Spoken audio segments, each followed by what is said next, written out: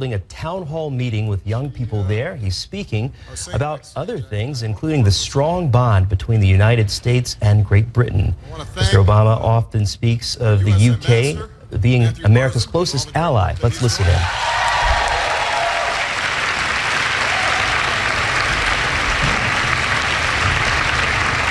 And it is wonderful to see all of you. I guess you all know why I came this week. It's no secret. Nothing was going to stop me from wishing happy birthday to Her Majesty and meeting George, who was adorable. Michelle and I had the privilege to visit with Her Majesty and the Duke of Edinburgh yesterday. I can't tell you what we talked about. I can tell you that I hope I am such a engaging lunch partner when I am 90. And I'd like to thank Her Majesty for letting us use one of her horticultural halls for this town hall. I also just came from touring Shakespeare's Globe, which is a good way to start your Saturday morning. Today is the 400th anniversary of Shakespeare's death. And as he once wrote, brevity is the soul of wit, so I will try to be brief on the front end so we have time for a conversation. These are some of the favorite things that I do when I travel around the world, is just have a chance to meet with young people and hear from them directly. It's inspiring to me. It gives me new ideas, and I think underscores the degree to which young people are rising up in every continent to seize the possibilities of tomorrow. Now, whenever I get together with leaders of the United States and UK, you hear a lot about the special relationship and the shared values and interests that bind us together, and the way that our cooperation makes the world safer and more secure and a more just and prosperous place, and all of that is true. And we go back a pretty long way, the UK and the US. We've had our quarrels. There was that whole tea incident, and the British burned my house down.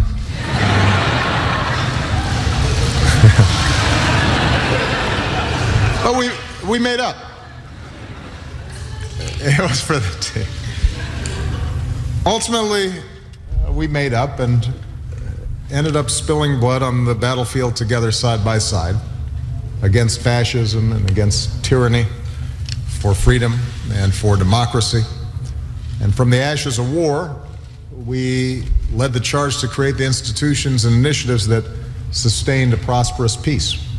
NATO, Bretton Woods, the Marshall Plan, the EU.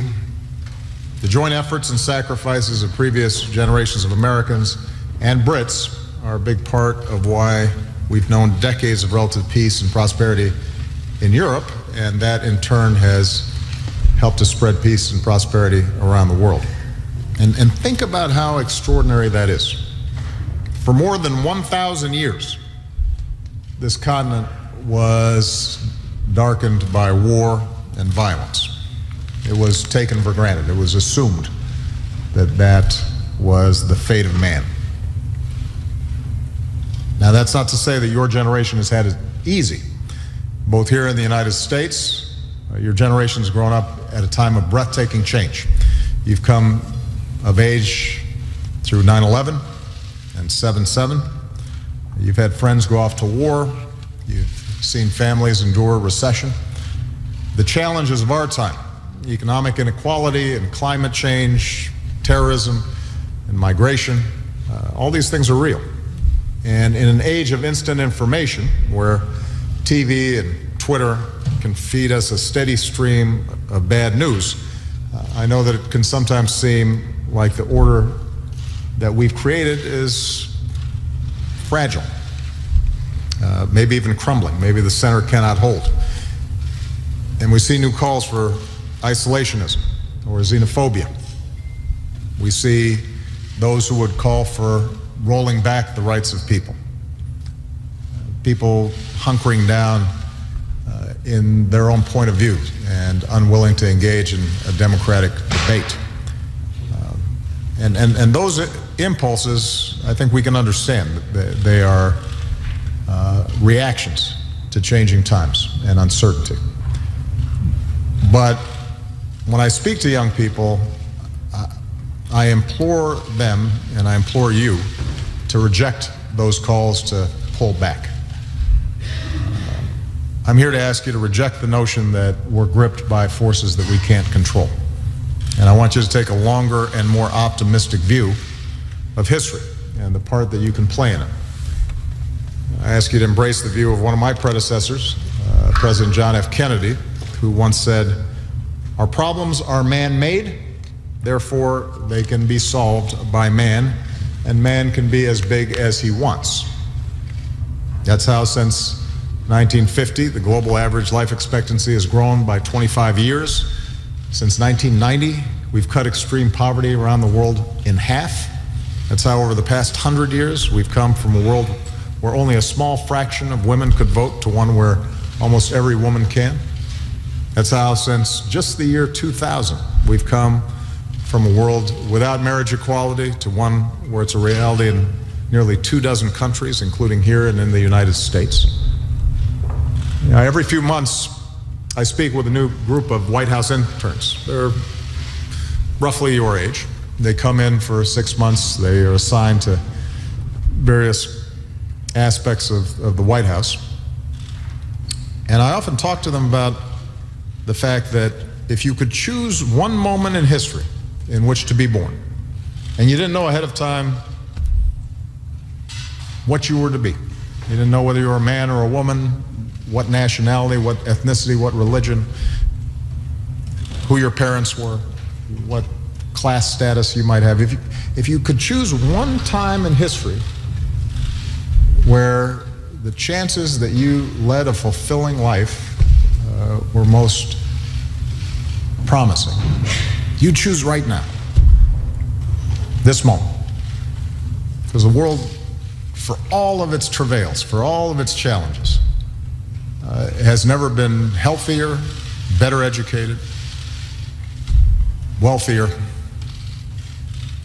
more tolerant, less violent, more attentive to the rights of all people than it is today. That doesn't mean we don't have big problems. That's not a cause for complacency, but it is a cause for optimism. You are standing in a moment where your capacity to shape this world is unmatched. What an incredible privilege that is. And you've never had better tools to make a difference, to forge a better UK and a better Europe and a better world. So my primary message today is going to be to reject pessimism and cynicism. Know that progress is possible, that our problems can be solved. Progress requires the harder path of breaking down barriers and building bridges and standing up for the values of tolerance and diversity that our nations have worked and sacrificed to secure and defend. Progress is not inevitable, and it requires struggle and perseverance and discipline and faith.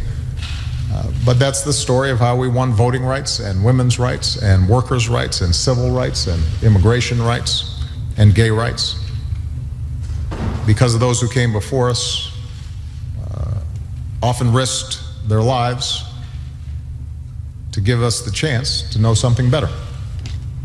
That's what gives me so much hope about your generation.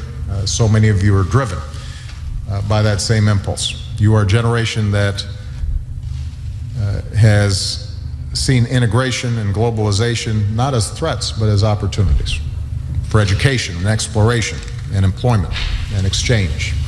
You're a generation who sees differences of pluralism and diversity not as a curse but as a great gift. And that's one of the reasons why the United States has invested in young leader initiatives around the globe, in Africa and Latin America, Southeast Asia, and right here in the UK. So last summer we launched Young Leaders UK, and it's grown from 4 students in Plymouth to more than 1,000 nationwide. A diverse group of Brits aged 18 to 30 from government and NGOs and the private sector, including many of you here today. I know Ambassador Barzan has held town hall workshops at more than 100 high schools with more than 14,000 sixth formers. He's worked to create more of the U.S. Embassy exchange programs that have graduated alumni like Margaret Thatcher and Gordon Brown and Tony Blair, because we want you to have the tools, connections, and resources that you need to make yourselves change agents, the change that you are looking for in the world. So your young leaders like Michael Sawney, who's here today. Where's Michael? Just right behind. There he is.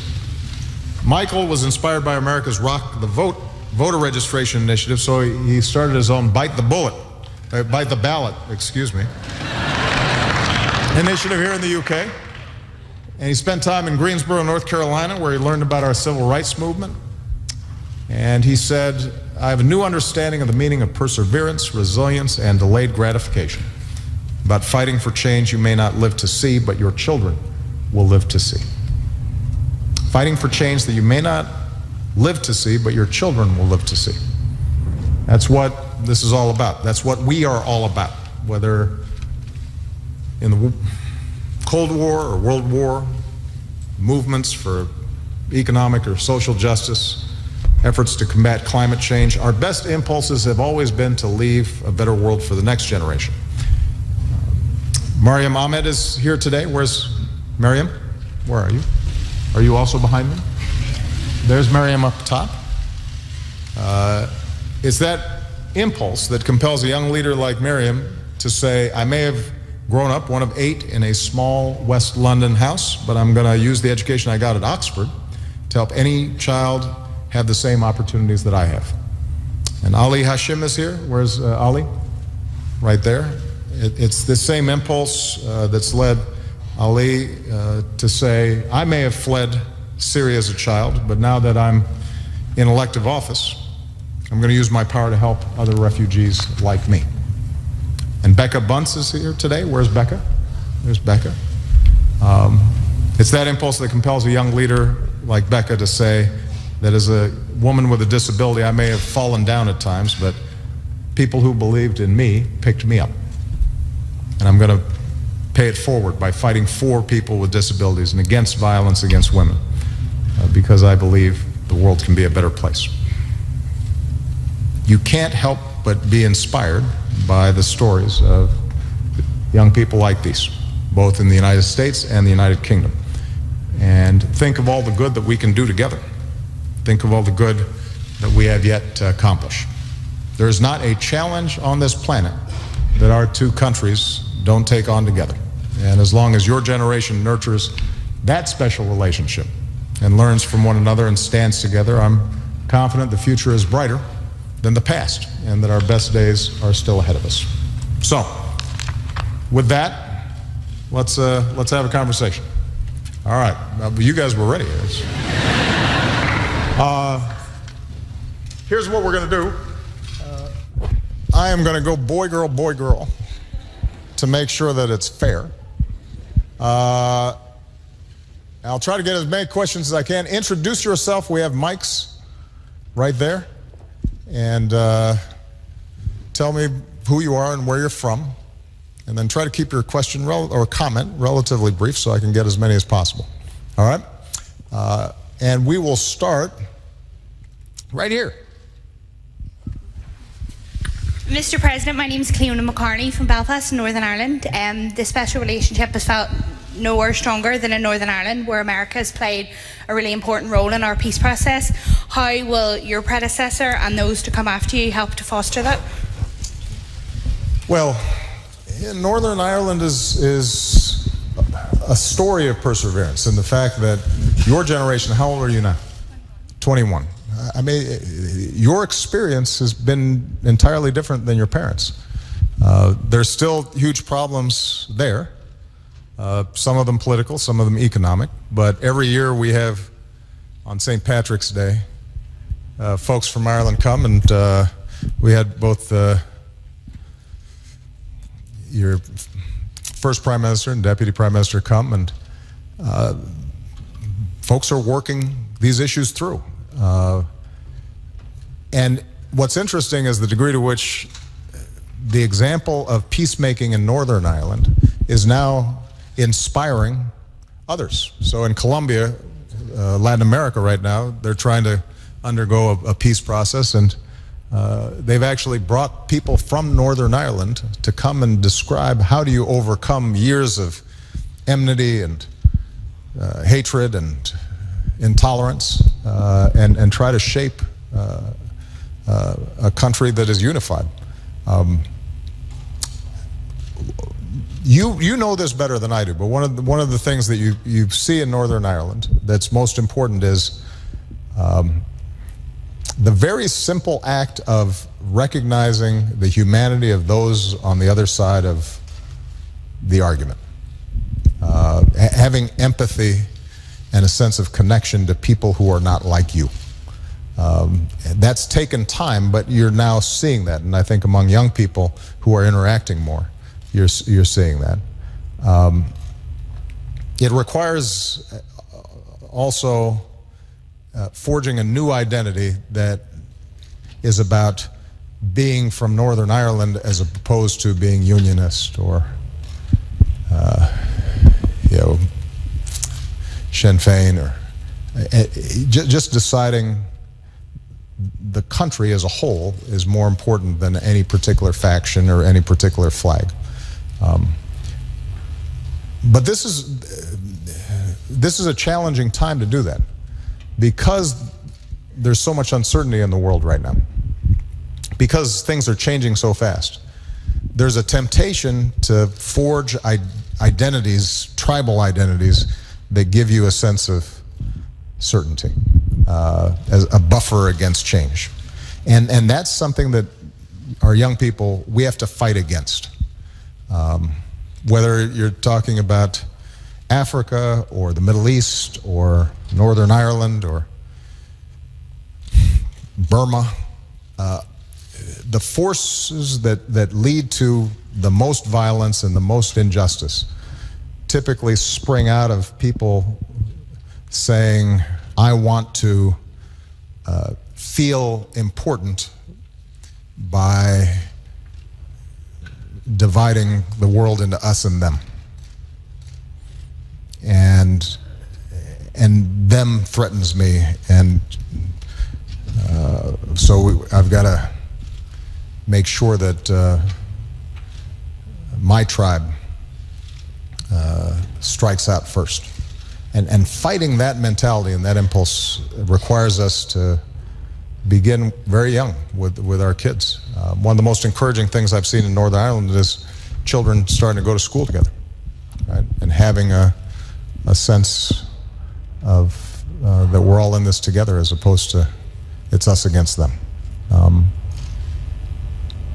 But it's going to take some time. It'll depend on leaders like you to make it happen. All right? No pressure. You're going to be fine. You're going to do it. All right. Good question. All right. It's the gentleman's turn. That gentleman right there. Yes, you. Oh yeah. There's nobody behind you right there. No. You. Hold on a second. I was pointing down here, but right. Go ahead, and I'll call on him next. Hi, I'm Peter from London. Hi, Peter. Thank you. So I want you to imagine in the future, so if your successor comes to you and she says, so...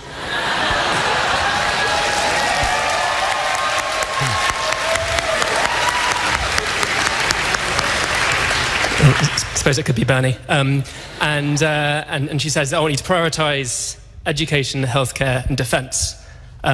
These are three issues we've got. We've got a limited budget. And what's your priority, and how do you think about ranking those? And what would you like to see as your core priorities there? For the next president. And ongoing, and for yourself as well. But yeah. So. Well, you know, one of the things that I've learned as president is I don't always have the luxury of just choosing one or two things. Turns out that how well we do in the United States and how well the globe does depends on a lot of things.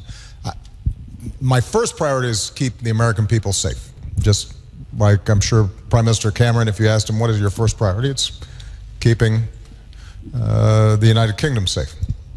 So security is always going to be a top of the list item.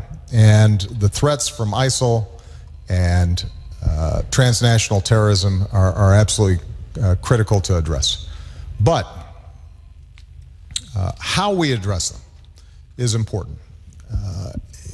And recognizing that security is not just a matter of military actions, but is a matter of the messages we send and the institutions that we build and the diplomacy that we engage in and the opportunities that we present to people.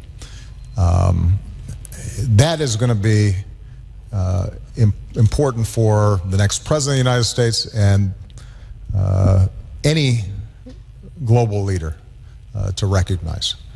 I mean, I am in awe of our respective militaries, the men and women in uniform who serve their country and make such extraordinary sacrifices. But we do them a disservice if we think that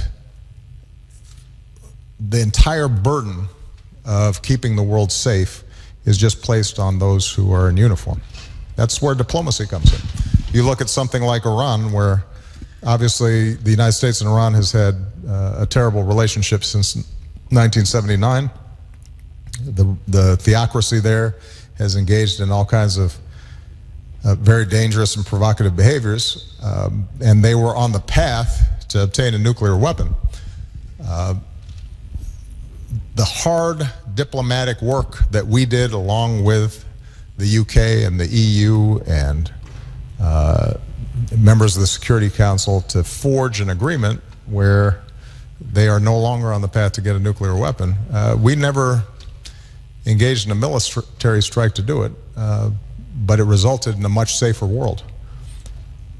And the same is true when you think about development in sub-Saharan Africa. An organization like Boko Haram is ideologically driven, and we have to help countries like Nigeria fight against the brutality and the rape and the pillage that they engage in. But if there are communities where children can't read or feed themselves, they are much more vulnerable to fostering these kinds of demented ideologies. So I think it's not an either-or question, and it's important for young people who, very many thoughtful young people, I think, instinctually are suspicious of military action because too often it's been used as a knee-jerk response to problems as opposed to part of a broader set of solutions.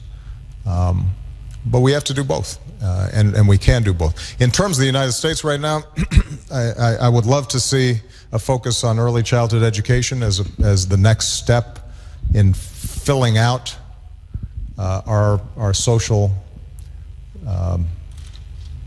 safety net. We don't yet have institutions that are fully adapted to the fact that guess what? Women work and support families, and they need things like paid family leave and high-quality childcare. And we know that when we invest in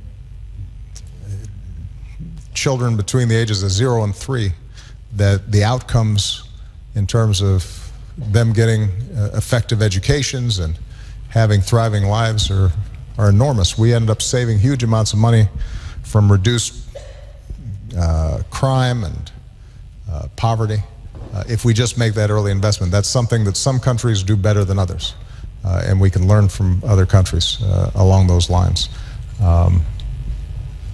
Across the board, across the developing world right now, I think we have to attend to issues of inequality. And one of the places to start addressing these issues of inequality is making sure that every child's getting a decent education. And a lot of our countries are not doing as well as they should on that front. So, all right, who's next? All right.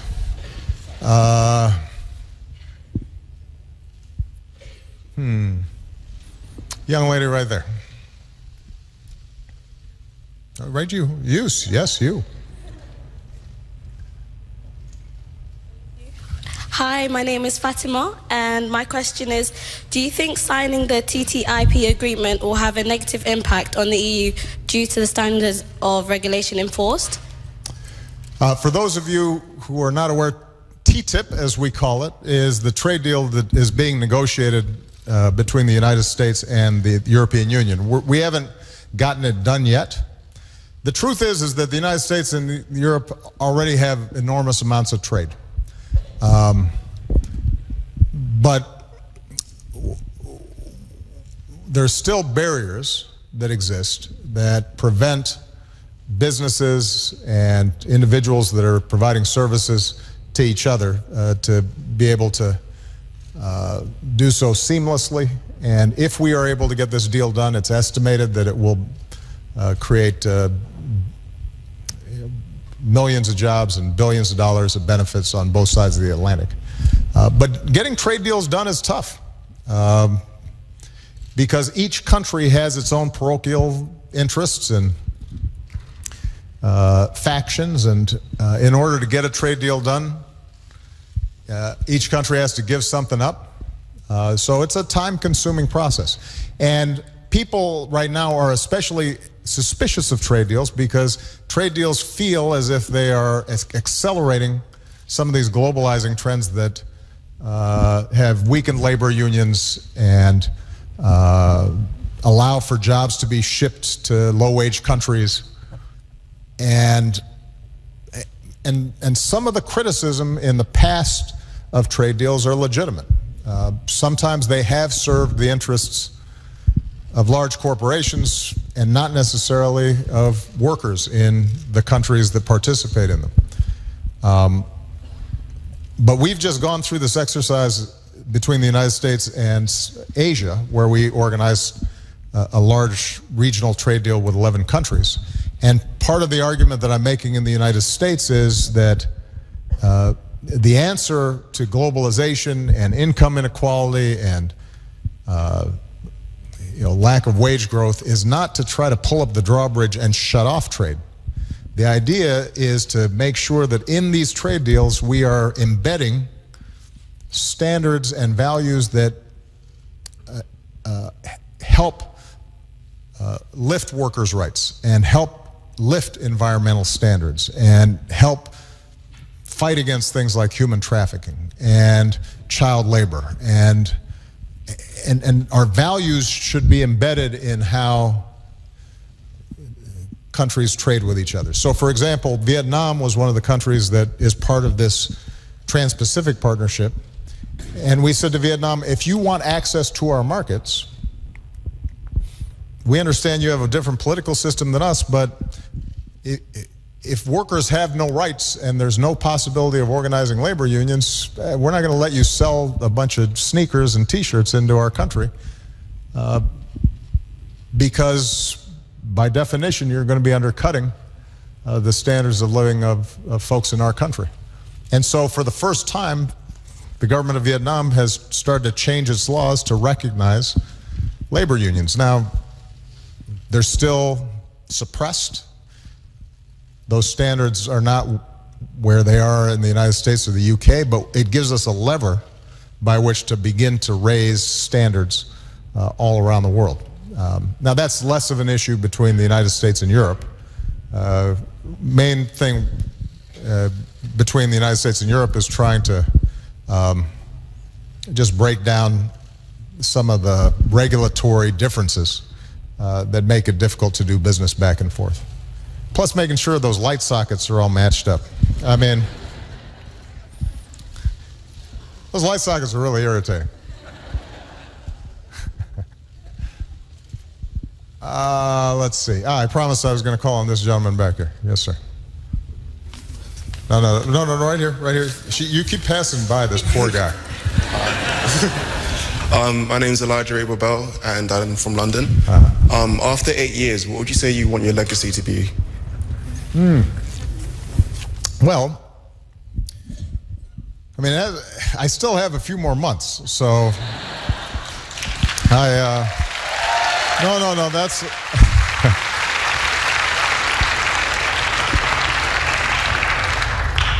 Actually, 8 months and 52 days. Or, not that I'm counting. I just made that up. I actually don't know. It's roughly something like that. Yeah, you know, it's interesting. When you're in the job, you're not thinking on a day-to-day basis about your legacy. You're thinking about, how do I get done what I'm trying to get done right now? And I don't think that I'll have a good sense of my legacy until 10 years from now, and I can look back with some perspective and get a sense of what worked and what didn't. There are things I'm proud of. The basic principle that in a country as wealthy as the United States, every person should have access to high quality health care that they can afford. That's something I'm proud of. I believe in.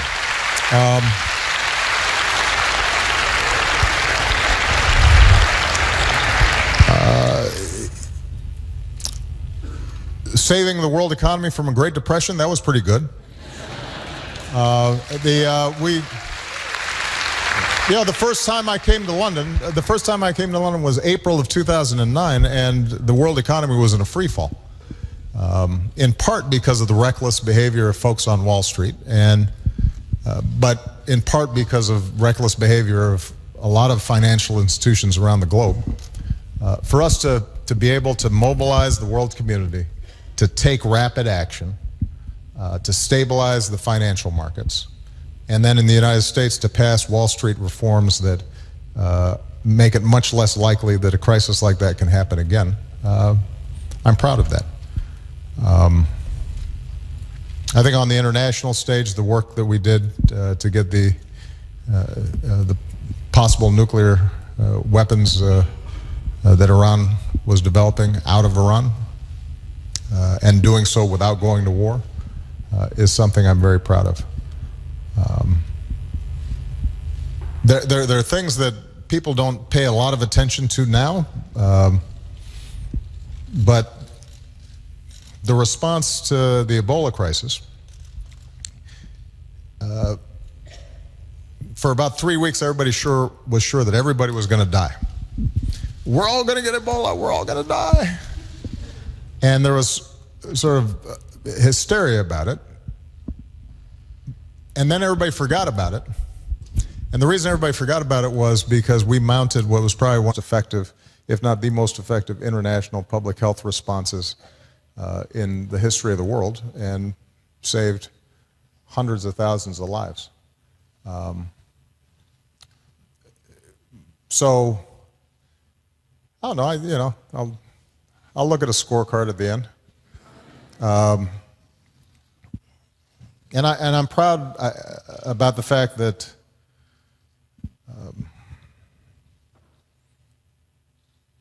I think that I have been true to myself during this process. I don't. Sometimes I look back at what I said when I was running for office and what I'm saying today, and they match up. There's I think a certain core integrity to what I've been trying to do. We've had failures, and occasionally we've been blocked. But this goes back to one of the themes of my opening statement, and it's important for all the young people here to remember. Change takes time, and oftentimes what you start has to then be picked up by your successors or the next generation. If you think about the gap between